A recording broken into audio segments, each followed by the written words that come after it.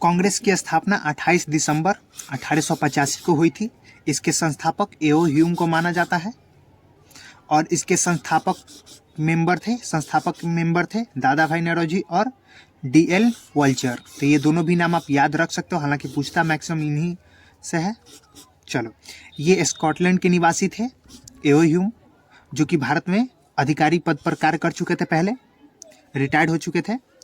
इन्होंने 1884 में Indian national union की स्थापना की थी। इंडियन नेशनल यूनियन याद रखिएगा, जो बाद में चलकर कांग्रेस बना।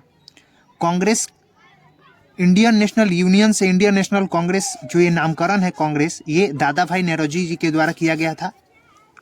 याद रखिएगा, कांग्रेस का मतलब होता है पावरफुल लोगों का समूह, है ना, इसका ये मतलब होता है। चलिए नेक्स्ट, कांग्रेस का पहला अधिवेशन कहाँ पे हुआ था, इसकी स्थापना कहाँ पे हुई थी, तो उसका स्थान बम्बई उस समय हुआ था, अब तो मुंबई हो गया है। गोकुलदास तेजपाल संस्कृत विद्यालय में पहली बैठक हुई थी इसकी, गोकुलदास तेजपाल संस्कृत विद्यालय में। हालांकि ये पुणे में कराने की बात हो रही थी, है ना, किसी बीमारी का प्रकोप की वजह से यहाँ से शिफ्ट करना पड़ा बम्बई में। अगला है इसका नामकरण, जैसा कि मैंने कहा इंडियन नेशनल यूनियन से इंडियन नेशनल कांग्रेस रखा गया था। नामकरण इसका किन्होंने किया था, तो वो थे दादा भाई नौरोजी, जिनको great old man of India के नाम से भी जाना जाता है। इसके पहले इसका नाम था इंडियन नेशनल यूनियन, यानी भारतीय राष्ट्रीय संघ। जिस समय कांग्रेस की स्थापना हुई उस समय वाइसराय कौन थे, तो उस समय थे वाइसराय लॉर्ड डफरिन। 1884 से 1888 इनका कार्यकाल था। डफरिन की एक कमेंट है कांग्रेस पे, सूक्ष्मदर्शी अल्पसंख्यकों की संस्था है ये। इसके पहले अधिवेशन में केवल 72 प्रतिनिधियों ने ही भाग लिया था, इसी वजह से ये कमेंट किए थे इन्होंने। अगला है करजन। करजन जो कि 1905 में बंगाल विभाजन के जनक माने जाते हैं, तो इन्होंने भी एक कमेंट किया था कांग्रेस पे, कांग्रेस अपने पतन की ओर लड़खड़ाती हुई जा रही है और मैं इसमें अपना सहयोग करूं, ये मेरी इच्छा है। ये उन्होंने 19 संस्था है, क्योंकि इसके पहले अधिवेशन में केवल 72 प्रतिनिधियों ने ही भाग लिया था, इसी वजह से ये कमेंट किए थे इन्होंने। अगला है करजन।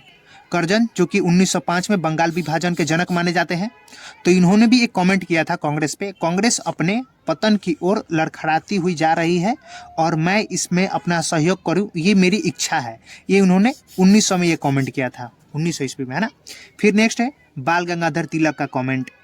क्या है ये, कांग्रेस जो है वो भीख मांगने वाली संस्था है। इन्होंने कहा था बाल गंगाधर तिलक ने, कांग्रेस जो है वो भीख मांगने वाली संस्था है, चूंकि ये गर्म मिजाज के व्यक्ति थे।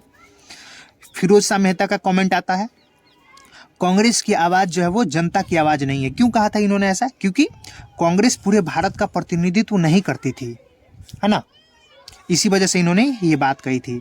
उसका प्रतिनिधित्व करती थी जो उसके सदस्य होते थे, जो कांग्रेस के सदस्य होते थे, उन्हीं का ये प्रतिनिधित्व करती थी। अब एक और पॉइंट है, आज़ादी के बाद कांग्रेस को समाप्त करने का सुझाव किसने दिया था, इंपॉर्टेंट पॉइंट है। तो आज़ादी के बाद कांग्रेस को समाप्त करने का जो सुझाव दिया था वो महात्मा गांधी ने दिया था। क्यों, क्योंकि कांग्रेस का जो मेन ऑब्जेक्टिव था ना, वो था भारत को आज़ादी दिलाना।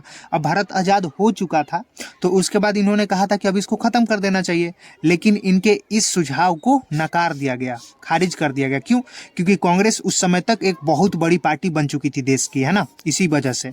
तो ये आगे वैसे ही चलता रहा। तो मिलते हैं दोस्तों अगली वीडियो में। Thank you.